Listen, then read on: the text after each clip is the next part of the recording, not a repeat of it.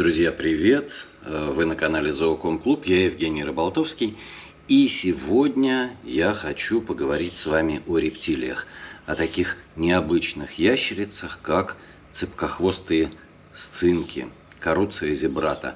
Очень крупные древесные сцинки, живущие на Соломоновых островах. Я, наверное, могу кое-что про них рассказать, но думаю, что Татьяна Плющева, которую многие из вас знают по нику как Такина, прекраснейший московский террариумист, который разводит этих потрясающих рептилий, может рассказать гораздо больше, чем я. Поэтому сегодня помучаем ее, что она может нам сказать о своих необычных питомцах.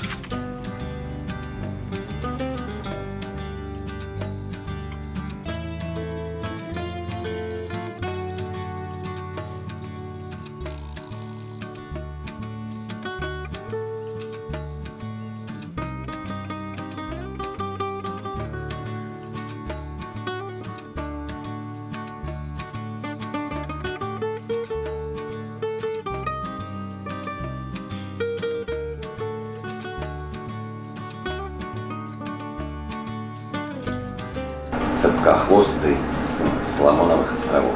Не самая обычная ящерица. Татьяна, почему, в первую очередь, почему они не часто встречаются в террариумистике?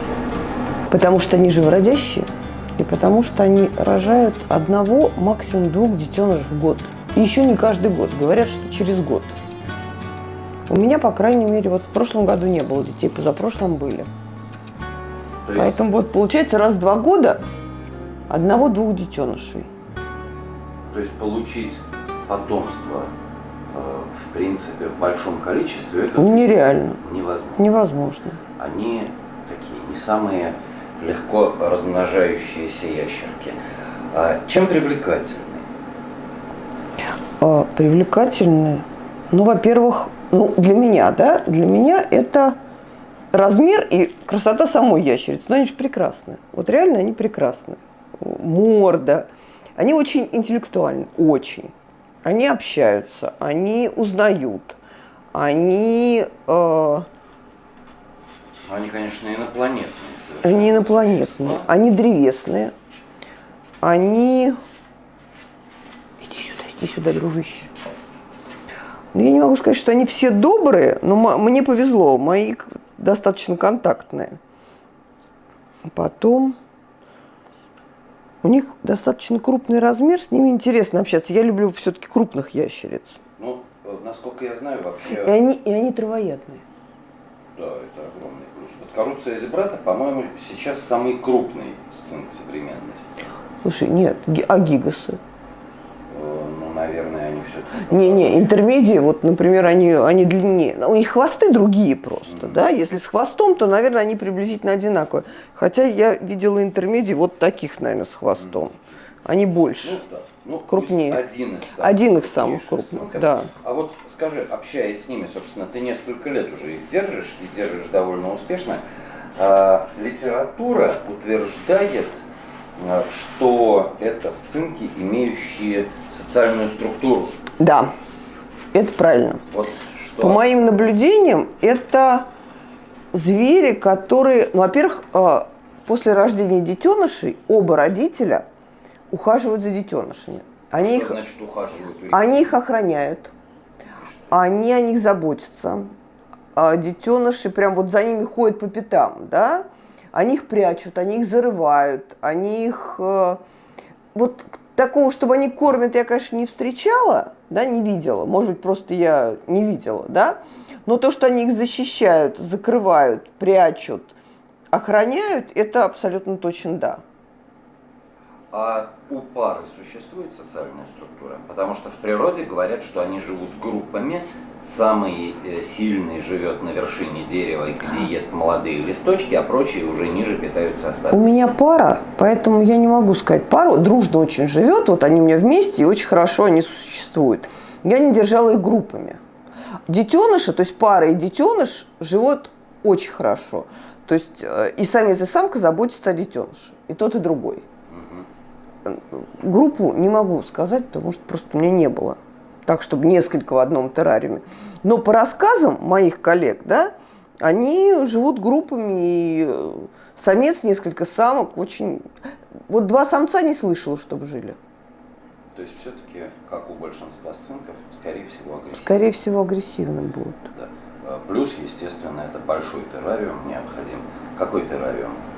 Минимально, наверное, нужен.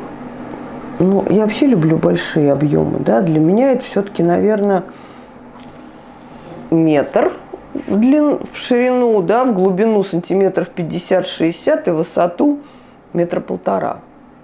Вот так где-нибудь. Естественно, ветви, коряги. Ветви и коряги мы можем снять террариум. Обязательно это сделаем. Лазают или... Лазают. Особенно они сумеречные. Они выходят не днем и не ночью. Они выходят в сумерках. Ну, по крайней мере, я могу говорить только о своих. Да? Они выходят в сумерках, они в сумерках питаются, они в сумерках начинают двигаться. И так они достаточно шумные. То есть они будут лазать, они будут греметь корягами, они будут что-то двигать. То есть они такие, не тихие. Зверь не для спальни. Зверь не для спальни, нет. Понятно. В плане питания уже сказали, что да. Растительноядные. Что значит растительноядные? Я кормлю разные виды салатов. Разные. То есть это айсберг, это рукола, какие угодно. Летом это одуванчики и всякие травы. Они очень любят сциндапсус. Мы покажем это растение. Вот это любимая еда. То есть накидать листочков сциндапсуса – это вот лакомство. Поразительно. То есть самое обычное комнатное растение является самым любимым. Да. Ага. Исключительно растительноядные. У меня не ели. Вообще говорят, что они едят и мышей, там, голых мышей им дают, саранчу, сверчка. Я предлагала, мои не едят. Может быть, какие-то другие едят. Никаких там субпродуктов куриных и чего-то я не предлагала. Поэтому не знаю. На самом деле, я думаю, что вполне можно полагаться на опыт человека, неоднократно их разводившего, да, поэтому не будем говорить о том, что где-то происходит. Можно, наверняка можно. Мои не ели. Контакт с людьми. Я видел очень злых. Вот такой. Такой вопрос. Многие тоже спрашивают, а насколько рептилии узнают? Узнают, да? Узнают. Это контактные. Контактные. Вот эти узнают точно совершенно, причем потому что если в комнате я к ним подхожу, они совершенно спокойно на это реагируют. Если кто-то чужой, они уходят, прячутся и, в общем, так вот не очень контактируют.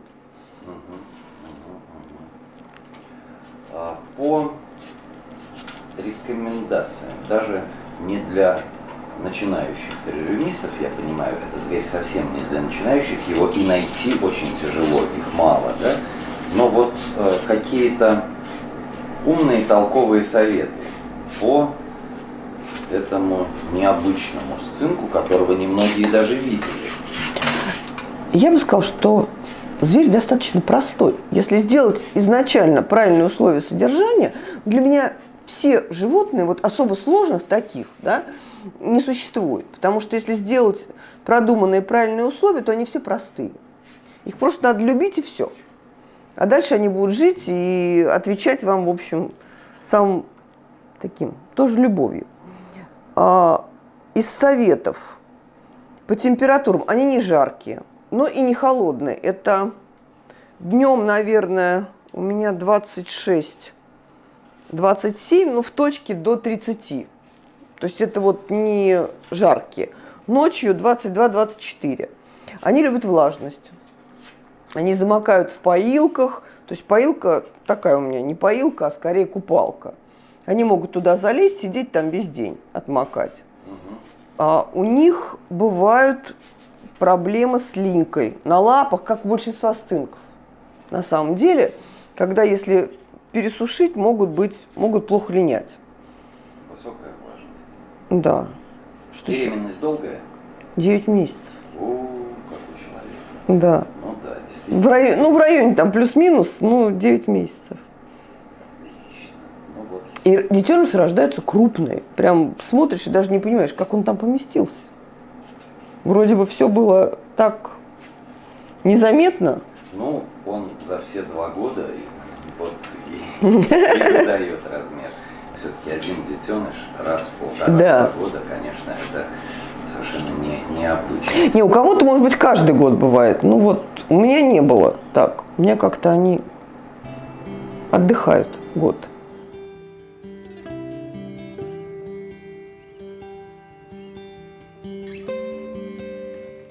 Честно скажу, даже я не часто вижу этих удивительных ящериц. Поэтому, конечно, сегодня очень приятно было их не только посмотреть, но даже и потрогать. Надеюсь, что вам они тоже понравились и есть к чему стремиться, тем более, что, как и везде на Соломоновых островах, леса исчезают с невероятной скоростью, а этим сцинкам нужны большие площади.